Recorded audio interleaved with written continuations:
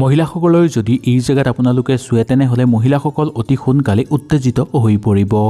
যদি কোনো মহিলা মিলনৰ কাৰণে সাজু নহয় তেনেহলে এই আসন ভংগীৰ যোগেদি মিলনৰ কাৰণে আপোনালোকে তেওঁলোকক সাজু কৰি তুলিব পাৰিব আৰু মিলনত তৃপ্তি লাভ কৰিব পাৰিব।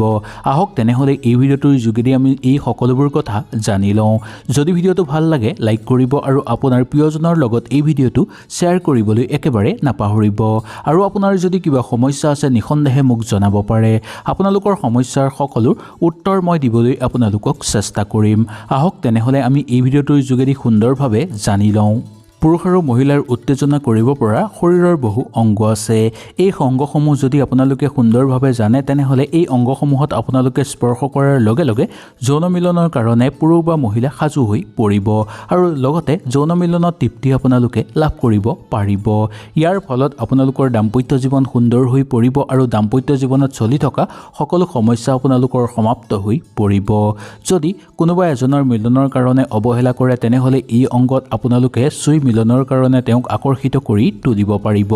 আহক তেনেহলে আমি সুন্দৰভাৱে চাওঁ।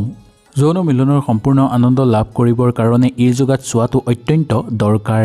এই অংগত চুই আপুনি পত্নীক মিলনৰ কাৰণে অতি সোনকালে সাজু কৰি তুলিব পাৰিব বা মান্তি কৰি তুলিব পাৰিব। ইয়াৰ ফলত আপোনালোকৰ অতিশয় শুভ প্ৰভাৱ পৰিবলৈ ধৰিব আৰু আপোনালোকৰ দাম্পত্য জীৱনত চলি থকা একো সমস্যা আপোনালোকে দেখিবলৈ নাপাব। সেইকাৰণে এই কামটো যদি আপোনালোকে কৰে আপোনালোকৰ একো ক্ষতি নহয়। নিজৰ পত্নীক উত্তেজিত কৰিবৰ কাৰণে আপোনালোকে তেওঁৰ কাণত চুব পাৰে বা কাণৰ গুৰিত আপোনালোকে চুম্বন কৰিব লাগে। এনে কৰাটো বহু বেছি শুভ বুলি মনা গৈছে, কাৰণ এবিধ শিৰা থাকে এই জেগাত আৰু ইয়াৰ ফলত যদি সেই শিৰাডালৰ ওচৰত আপোনালোকে স্পৰ্শ কৰে আৰু লগতে চুম্বন কৰে তেনেহলে অতি সোনকালে মহিলাসকল বা নিজৰ পত্নী উত্তেজিত হৈ পৰিব আৰু মিলনৰ কাৰণে আপোনাৰ লগত সহযোগিতা আগবঢ়োৱা দেখিবলৈ পোৱা যাব। যেতিয়া পতি পত্নীয়ে সমানে সহযোগিতা লাভ কৰে তেতিয়াহে দাম্পত্য জীৱন সুন্দৰ হয় আৰু মিলনত তৃপ্তি লাভ কৰিব পৰা যায়।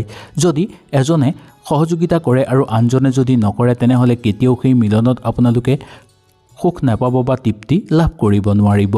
সেইকাৰণে এই কথাটোৰ প্ৰতি লক্ষ্য ৰাখি আপোনালোকে নিজৰ পত্নীৰ কাণৰ গুৰিত চুব পাৰে বা চুম্বন কৰিব পাৰে। এনে কৰাটো বহু বেছি শুভ বুলি মনা গৈছে। ওঠ হ'ল উত্তেজিত কৰিব পৰা এটা অংগ।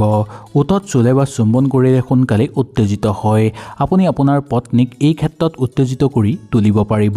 পুৰুষেই হওক বা মহিলাই হওক, যদি ওঠত চোৱা হয় বা পুৰুষসকলকো যদি ওঠত স্পৰ্শ কৰা হয় বা চুম্বন কৰা হয় তেনেহলে পুৰুষসকলো অতি সোনকালে উত্তেজিত হৈ পৰিব। ইয়াৰ বাহিৰেও মহিলাসকলক যদি চুম্বন কৰা হয় বা মহিলাসকলৰ যদি ওঠত চোৱা হয় তেনেহলে মহিলাসকল অতি সোনকালে উত্তেজিত হৈ পৰিব আৰু মিলনৰ কাৰণে সোনকালে সাজু হৈ পৰিব। নিজৰ পত্নী আপোনাৰ লগত সদায় থাকিব আৰু পত্নীৰ বিশ্বাস আপোনালোকে জয় কৰিবলৈও সক্ষম হ'ব। ডিঙিত যদি আঙুলি দি চুই দিয়া হয় বা চুম্বন কৰি দিয়া হয় তেনেহলে অতি সোনকালে উত্তেজিত হৈ পৰিব।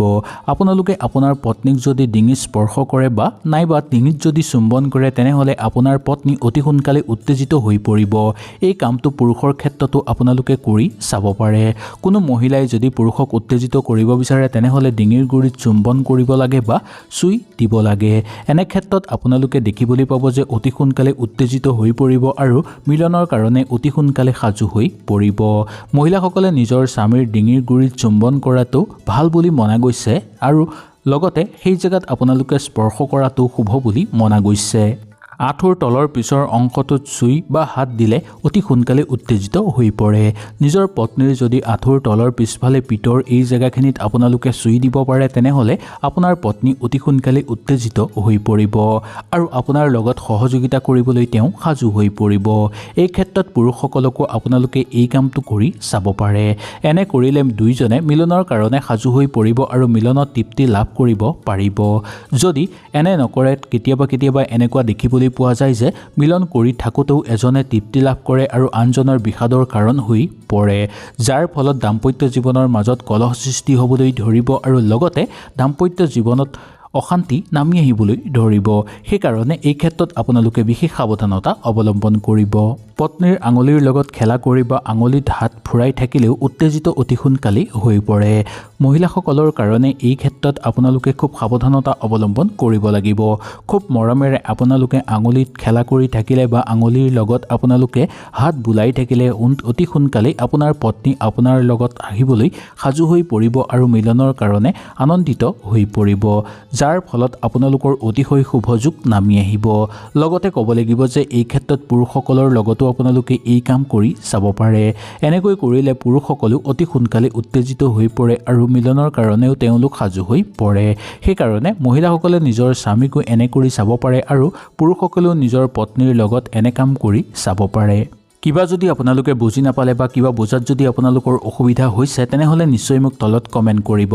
আপোনালোকৰ সকলো কমেণ্টৰ উত্তৰ মই দিবলৈ চেষ্টা কৰিম। আহক তেনেহ'লে আজিলৈ আপোনালোকৰ ওচৰৰ পৰা বিদায় লওঁ। নমস্কাৰ।